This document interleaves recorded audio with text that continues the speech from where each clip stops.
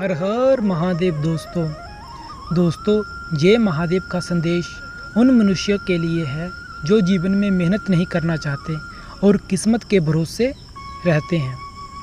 पर वीडियो शुरू करने से पहले कमेंट बॉक्स में हर हर महादेव लिखना ना भूलें, क्योंकि भगवान का नाम लेने से मन शांत और घर में सुख समृद्धि आती है। तो दोस्तों, इस कहानी के माध्यम से आज हम आपको बताएंगे किस्मत बड़ी है या मेहनत। इस कहानी में मेहनत और किस्मत दो बहनें हैं।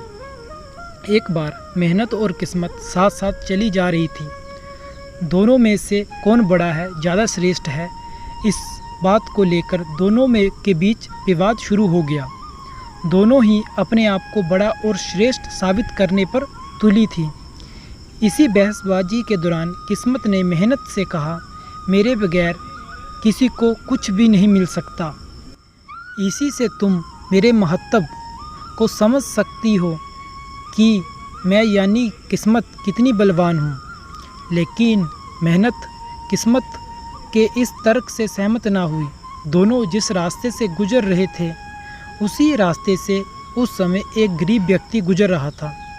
इस पर किस्मत ने उस व्यक्ति के आगे हीरो की अंगूठी डाल दी।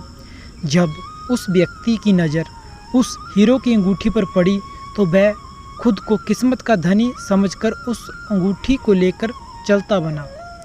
चलते चलते उसे प्यास लगी तो वह थोड़ी ही दूर एक नदी के किनारे पानी पीने के लिए रुका। जैसे ही वह पानी पीने के लिए नीचे की ओर झुका, अंगूठी उसकी जेब से निकलकर पानी में जा गिरी और उसे एक मछली ने निगल लिया। इस पर वह व्यक्ति बहुत दुखी हुआ और किस्मत को कोसता हुआ आगे बढ़ गया। वह अभी कुछ ही दूर गया था कि किस्मत ने उसके आगे एक और हीरो का हार डाल दिया।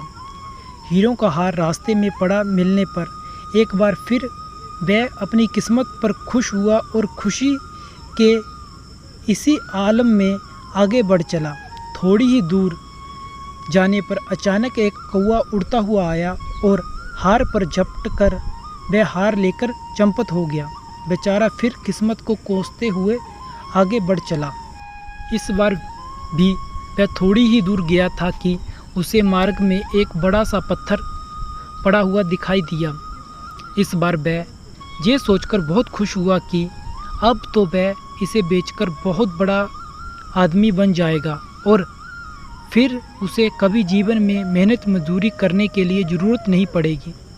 पारस पत्थर के लिए वह अपने घर पहुंचा और उसने देखा कि उसकी पत्नी पड़ोस में गई हुई है। पारस पत्थर रख वह खुशी खुशी अपनी पत्नी को बुलाने चला गया। लेकिन उसी दौरान अन्य पड़ोसन किसी काम से उसके घर आई और पारस पत्थर पर नज़र पड़ते ही चुपचाप उसे उठाकर चली बनी। उधर जब वह अपनी पत्नी के साथ घर लौटा तो पारस पत्थर को गायब पाया और निराश होकर अब की बार किस्मत पर रोने लगा। हीरो की अंगूठी, हीरो का हार, पारस पत्थर आदि बेशकीमती चीज़ें मिलने के बाद उसने सोचा था कि अब उसे जीवन में कभी मेहनत करने की ज़रूरत नहीं पड़ेगी। लेकिन भूखे प्यासे आखिर अब तक कब तक जिए जा सकता था। आखिर उसने मेहनत करने के लिए तैयार हो गया और जीवन यापन करने के लिए मेहनत ठान ली और काम की तलाश से घर से बाहर निकल पड़ा। किस्मत के बाद अब की बारी मेहनत की परीक्षा की थी। हताश निराश वह व्यक्ति अपनी ही धुन में जा रहा था कि रास्ते में उसे एक कुल्हाड़ी नजर आई जिसे वहाँ मेहनत ने रखा था।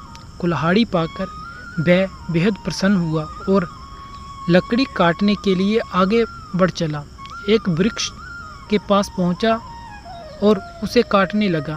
तभी पेड़ काटते काटते उसने देखा कि पेड़ की खो में एक हीरो का हार रखा है। हार देखकर वह पहचान गया कि वह वही हार है जो उसे रास्ते में मिला था और एक कौवा उसे लेकर उड़ गया था। लकड़ियों का ढेर और हार लेकर वह घर पहुंचा।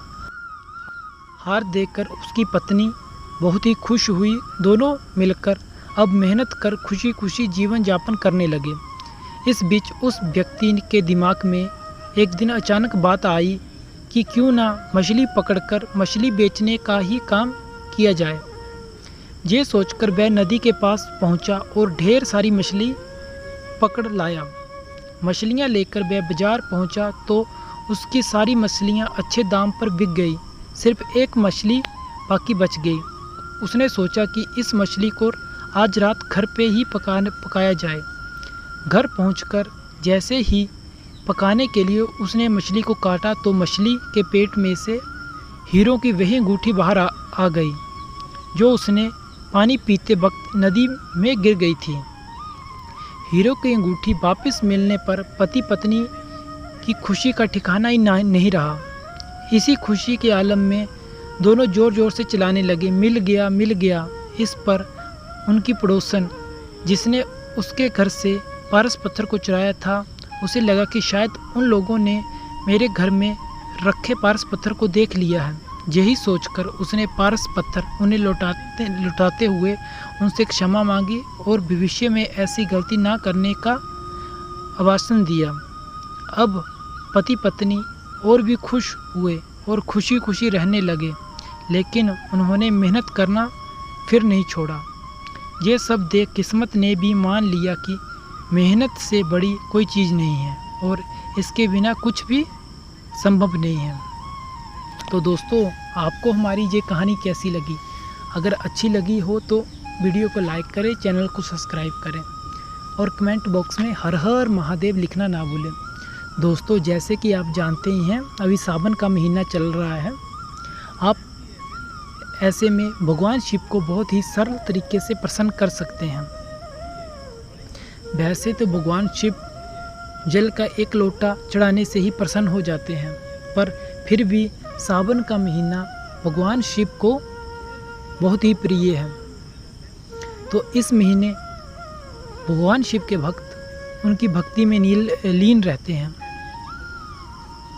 तो आप सभी को सावन की बहुत बहुत ढेर सारी शुभकामनाएं। हर हर महादेव।